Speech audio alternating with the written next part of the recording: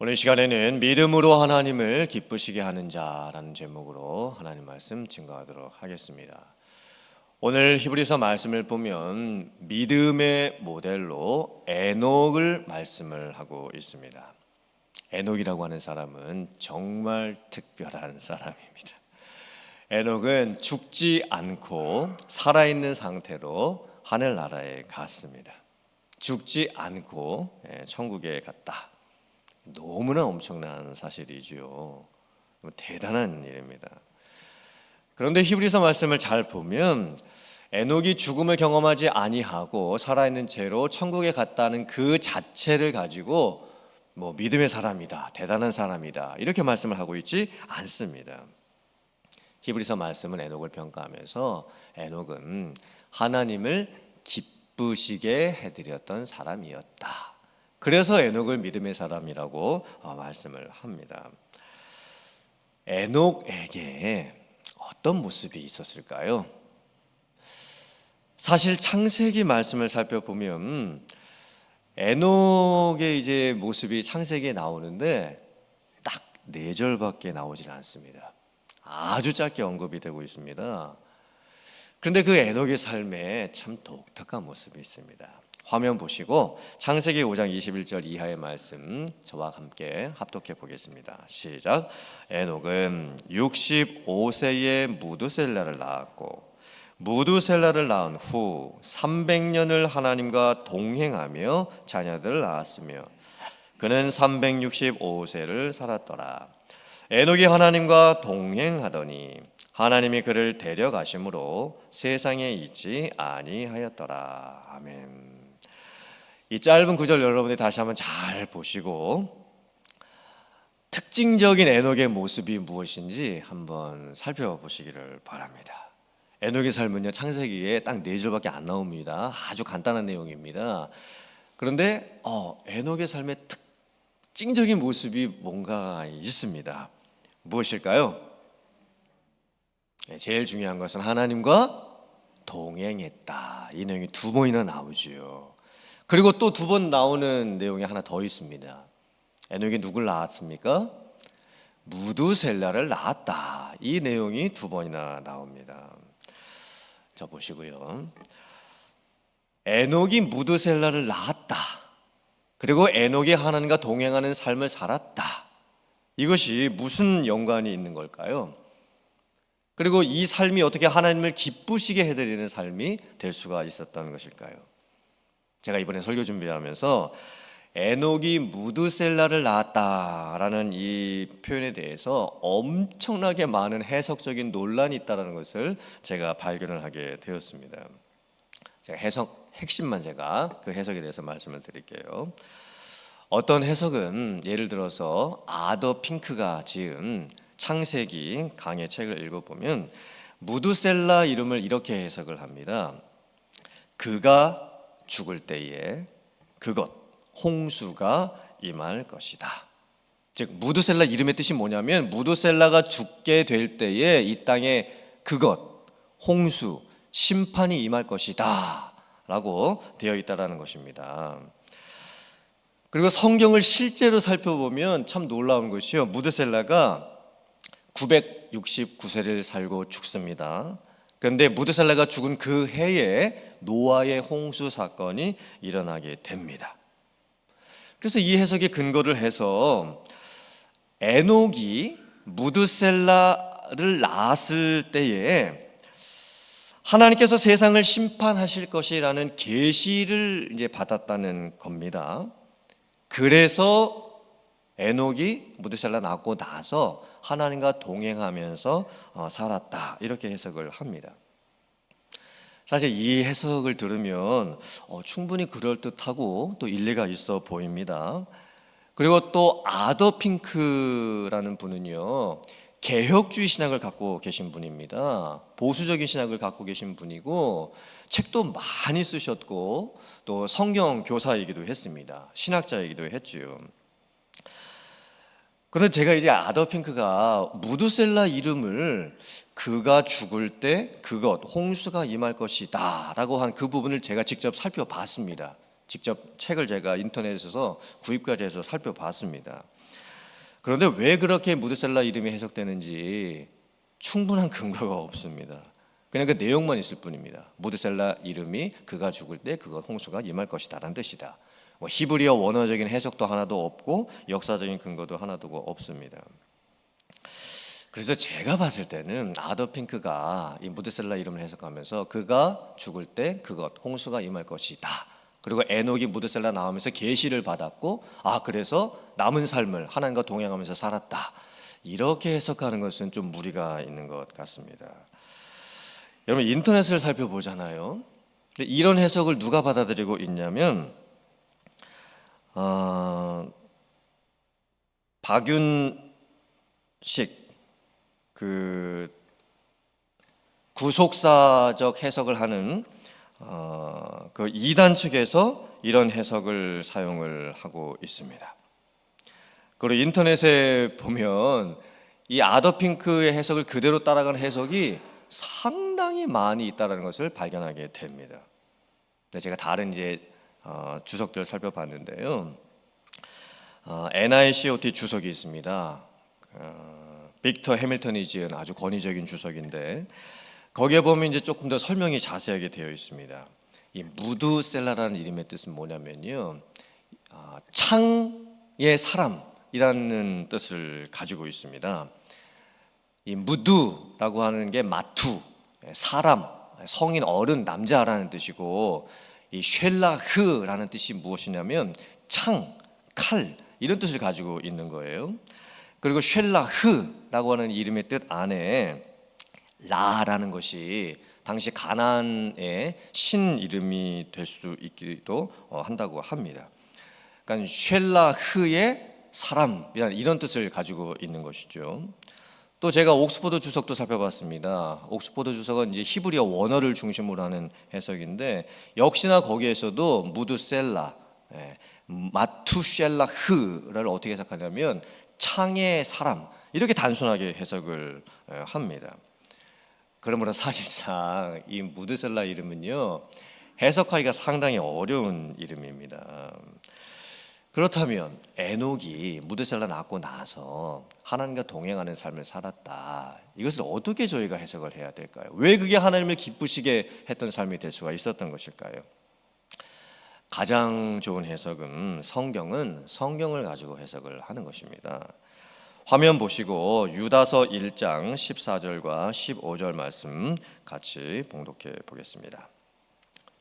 자, 시작. 아담의 칠대 손 에녹이 이 사람들에 대하여도 예언하여 이르되 보라 주께서 그 수만의 거룩한 자와 함께 임하셨나니 이는 뭇사람을 심판하사 모든 경건하지 않은 자가 경건하지 않게 행한 모든 경건하지 않은 일과 또 경건하지 않은 죄인들이 주를 거슬러 한 모든 완악한 말로 말미암아 그들을 정죄하려 하심이라 하였느니라. 아멘. 신약 성경 유다서에서 에녹을 평가하고 있습니다. 에녹이 어떤 삶을 살았냐면 에녹이 살았던 삶의 그 시대를 보면 사람들이 죄를 참 많이 지으면서 살았습니다. 그때 에녹이 어떻게 했냐면 죄를 짓고 사는 사람들에게, 경건하지 않은 사람들에게, 그리고 하나님을 거슬러서 모든 완악한 것을 했던 자들에게 경고를 했습니다. 그렇게 살면 되지 않는다. 그리고 너희들을 하나님께서 결국 심판하게 될 것이다 라고 말을 하면서 살았던 거예요. 즉 에녹의 삶은 죄 많은 세상을 살아가는 동안에 하나님의 뜻대로 살려고 애를 썼던 사람입니다.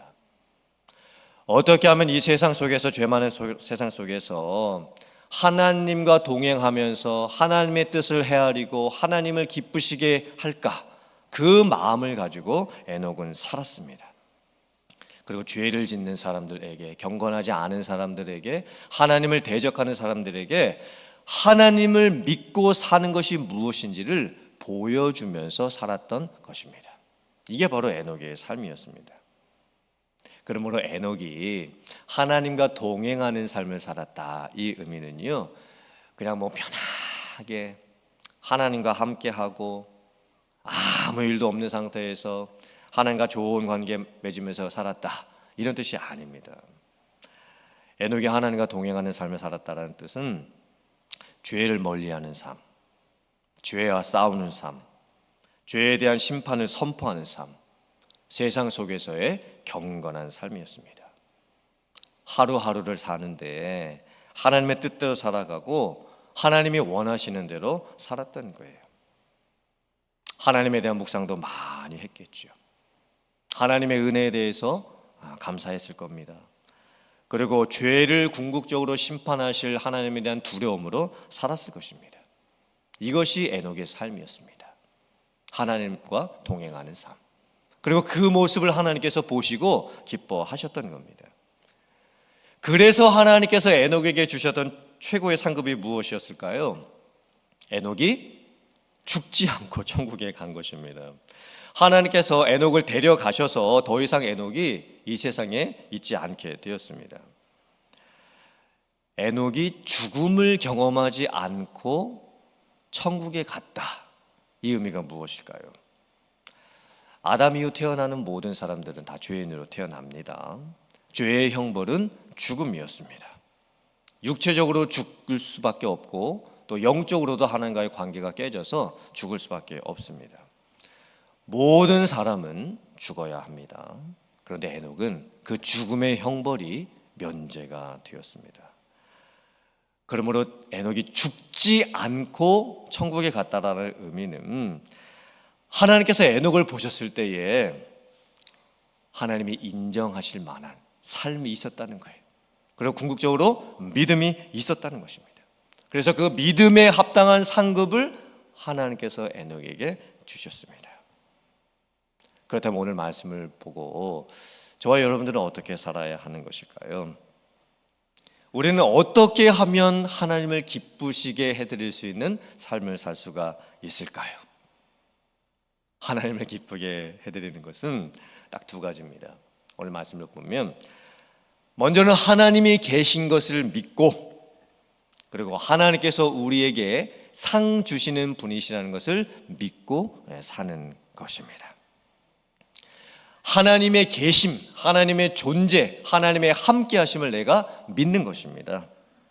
그리고 내가 하나님의 뜻을 알고 깨닫고 하나님의 뜻을 이루기 위해서 하루하루의 삶을 살게 되면 하나님께서 마지막에 궁극적으로 최종적으로 나에게 합당한 상급을 주신다. 이 믿음을 가지고 사는 것입니다. 그게 하나님과 동행하는 삶이고 그것이 하나님을 기쁘시게 할 수 있는 삶입니다. 그렇다면 여러분들은 정말 하나님과 동행하는 삶을 살아가고 계십니까? 하나님과의 친밀한 관계를 지금 맺고 누리며 살아가고 계십니까? 시편 84편 10절 말씀은 이렇게 고백합니다. 주의 궁정에서의 한 날이 다른 곳에서의 첫날보다 나은즉 악인의 장막에 사는 것보다 내 하나님의 성전 문지기로 있는 것이 좋사오니. 아멘. 인생은 얼마나 오래 살았느냐 혹은 얼마나 짧게 살았느냐, 이 시간의 문제가 아닙니다. 인생은 누구와 함께 살았느냐, 또 누구를 기쁘시게 하기 위해서 살았느냐, 이것에 관련된 문제입니다. 예수님 안에서의 한 날이, 구원받고 살아가는 성도로서의 한 날이 세상에서 죄를 지으면서 악인으로서 살아가는 첫날의 삶보다 낫습니다. 악인의 장막에서 떵떵거리고 사는 것보다 내 하나님 성전 문지기로 살아가면서 예배하며 살아가고 말씀을 들으며 살아가고 기도하며 살아가는 그 삶이 하나님을 기쁘시게 해드릴 수 있는 삶입니다. 물론 하나님과 동행하는 삶은 쉽지는 않습니다. 왜냐하면 우리의 삶이 지독한 땅의 현실을 살아가야 되기 때문입니다. 늘 고생이고 고난이고 어려움이고 문제가 있습니다. 하지만 그렇게 죄가 많은 세상에서 은혜가 샘솟듯 하는 삶을 살아갈 수 있습니다. 우리가 하나님의 존재를 믿고 하나님의 계심을 믿고 또 내가 하나님을 위해서 수고하는 그 모든 헌신을 하나님께서는 알고 계십니다. 물론 이 땅에 살아가는 동안에 우리가 하나님이 주신 축복을 다 누릴 수가 없을 수도 있습니다. 이 땅에서 내가 행한 모든 것에 대해서 이 땅에서 합당한 수고를 다 얻지 못할 수도 있습니다.